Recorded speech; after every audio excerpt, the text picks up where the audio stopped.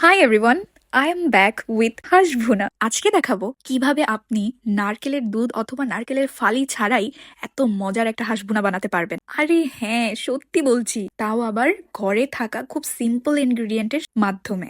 Simple ingredient and simple tricks. ব্যাস, রেসিপিতে যাওয়া যাক।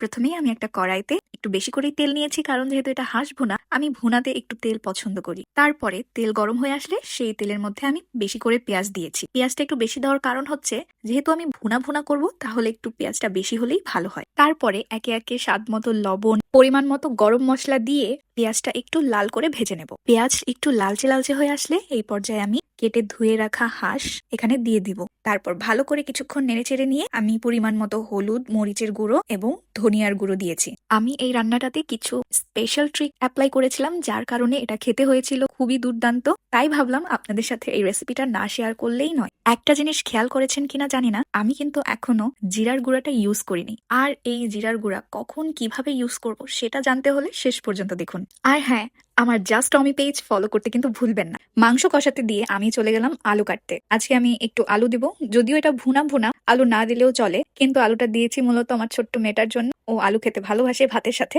তাই আপনারা চাইলে এই আলুর সঙ্গে দেশি রসুনও ইউজ করতে পারেন। হাঁস ভুনার সঙ্গে দেশি রসুন কম্বিনেশনটা জাস্ট ওয়াও। কিন্তু আজকে আমি দিচ্ছি না, কারণ আমার ভীষণ আলসেমি লাগছিল।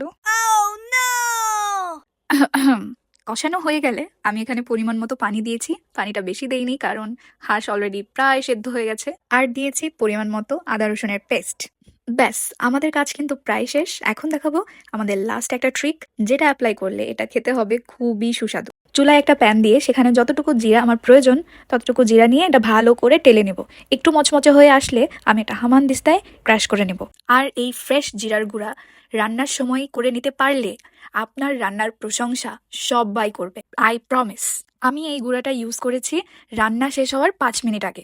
ব্যাস, এত সুন্দর অ্যারোমা ছড়াচ্ছিল যে আমার হাজবেন্ড তার কম্পিউটার রুম থেকে ছুটে চলে এসেছে রান্নাঘরে এটা দেখতে যে আমি কি রান্না করছি। ট্রাস্ট মি গাইস, এটাই হয়েছিল। আমার এই ট্রিকগুলো ফলো করে এভাবে রান্না করে দেখুন, আপনাকে আর 300 ফিট যেতে হবে না। নাও comes the final step, plating the dish.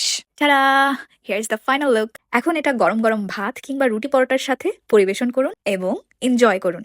এমন আরো ভিডিও পেতে ফলো করুন just Tommy. And wait, next ভিডিওতে কোন রেসিপি দেখতে চান সেটা কিন্তু কমেন্ট করে জানাতে হবে।